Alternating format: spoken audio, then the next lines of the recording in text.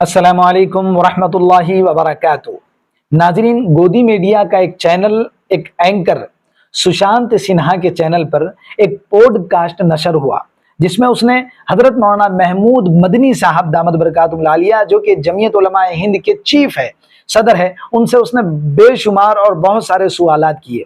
और जब उसने जनाब बैरिस्टर असदुद्दीन ओवैसी साहब के मुतालिक हजरत मौलाना महमूद मदनी साहब से सवाल किया, तो हजरत मौलाना महमूद मदनी साहब ने उस सवाल को अवॉइड कर देना चाहिए था और उस सवाल का जवाब न देते हुए या उससे किनारा कशी इख्तियार करते हुए उसका जवाब न देते हुए आगे गुजर जाना चाहिए था, जैसा कि मोहतमीम दारुल उलूम देवबंद हजरत मौलाना मुफ्ती अबुल कासिम साहब नोमानी दामद बरकातुहू आलिया ने भी ये बात फरमाई है। नाजरीन, हजरत मौलाना महमूद मदनी साहब दामद बरकातुहू आलिया के इंटरव्यू के मुतालिक मालेगांव के एमएलए हजरत मौलाना मुफ्ती इस्माइल साहब कासिमी दामद बरकातुहू आलिया, इसी तरह दारुल उलूम देवबंद के मोहतमीम हजरत मौलाना मुफ्ती अबुल कासिम साहब नोमानी दामद बरकातुहू आलिया ने हजरत मौलाना महमूद मदनी साहब के इंटरव्यू के ताल्लुक से अपना अपना तबसरा पेश किया है। और अब उसके बाद मुफक्किर कौम व मिल्लत हजरत मौलाना खलीलुर रहमान साहब सज्जाद नोमानी दामद बरकातुहू आलिया ने भी भरपूर तायीद कर दी है मोहतमीम दारुल उलूम देवबंद के उस बयान की जो उन्होंने हजरत मौलाना महमूद मदनी साहब के इंटरव्यू को लेकर दिया है। यहाँ पर नाजरीन एक बात याद रखिएगा,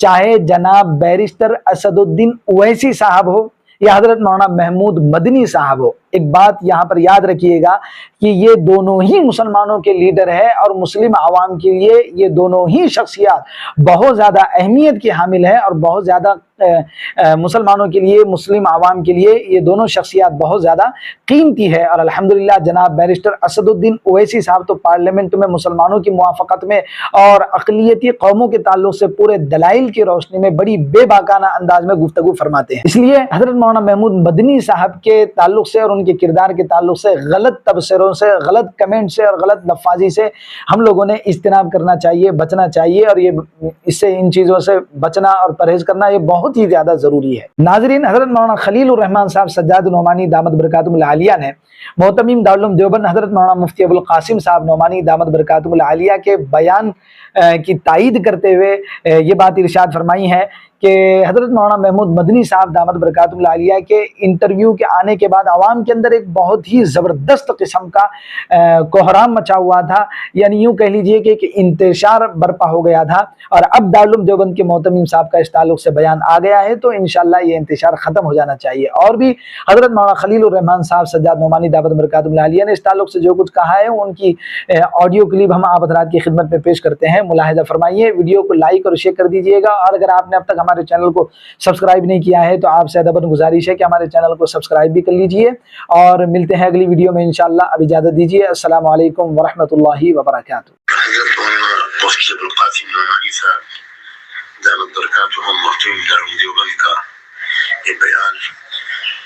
बहुत ही लायक तहसीन है।